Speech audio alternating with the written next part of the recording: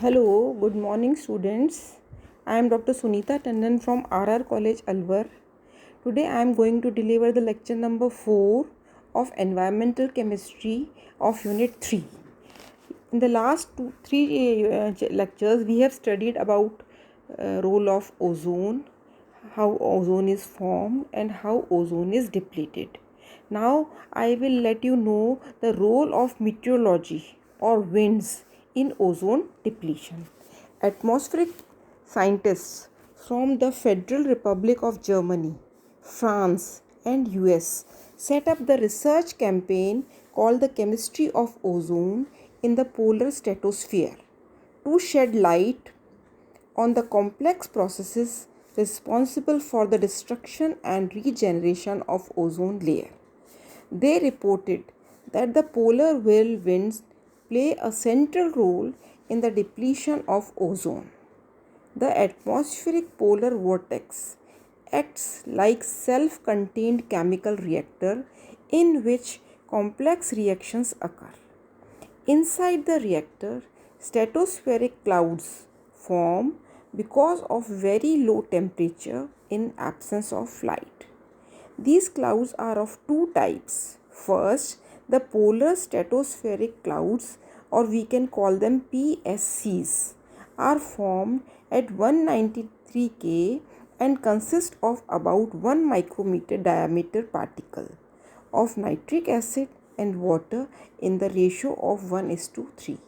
This type of cloud you can see in the diagram to figure 2, which is showing the ozone hole, a hole in the umbrella of ozone above Antarctica, and it is shown by nitric acid plus 0.3 H2O.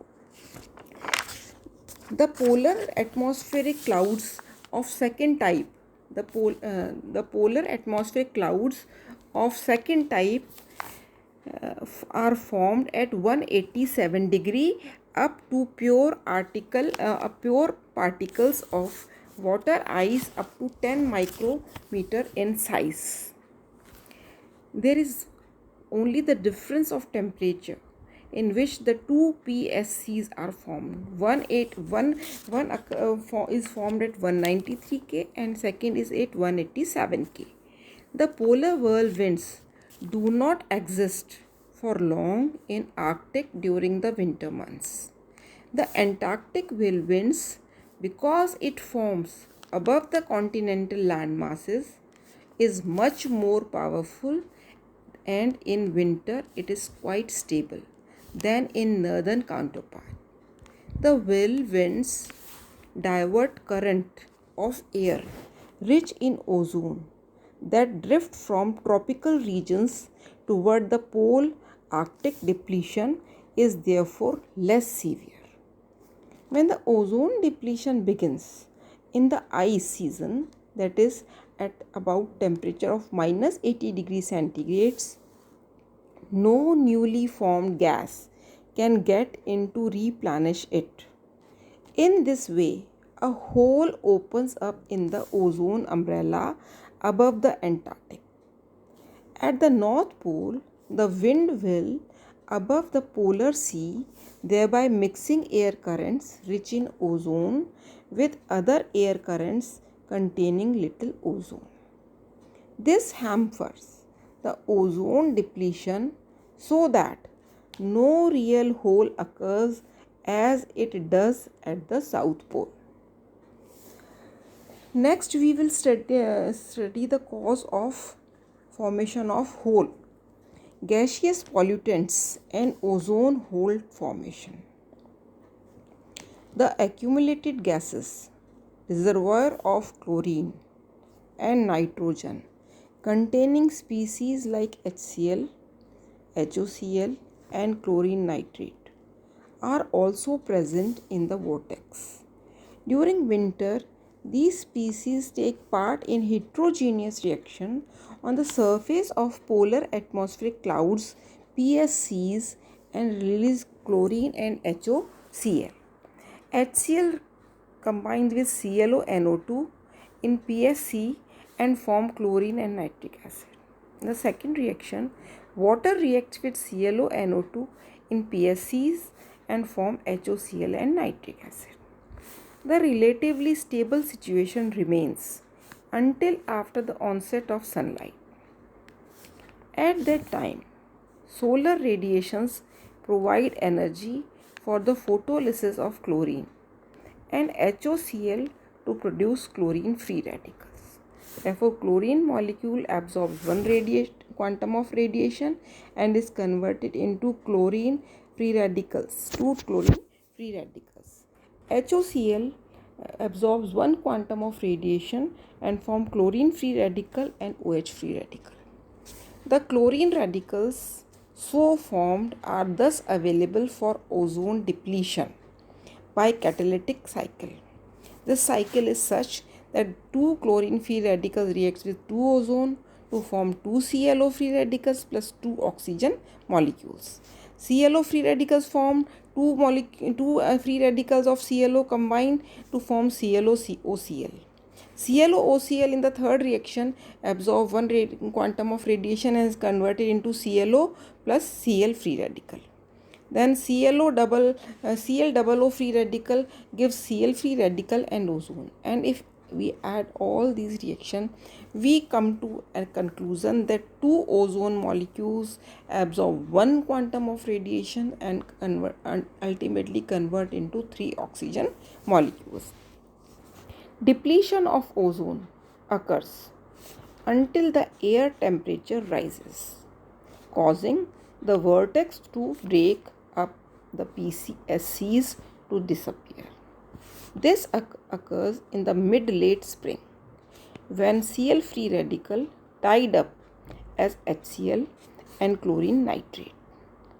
According to some scientists, the tiny ice particles in winter act as catalyst to enhance directly or indirectly the conversion of Cl to ClO free radical, that is, in the ozone destroying form. The reactions are particularly intense within stratosphere clouds over the Antarctica in winter. Reactions which occurs on the surface of the ice particles within the clouds releases chlorine and bromine from CFCs and halogens in active form that accumulate through winter, May to August. When the sun rises in the spring, the clouds break up to release active chlorine and bromine which rapidly destroy ozone. Thus, ozone hole appears during Antarctic spring. The thin periphery of the ozone layer around the puncture have now reached New Zealand and southern Australia. There the ultraviolet radiation is so intense that the estimated burn time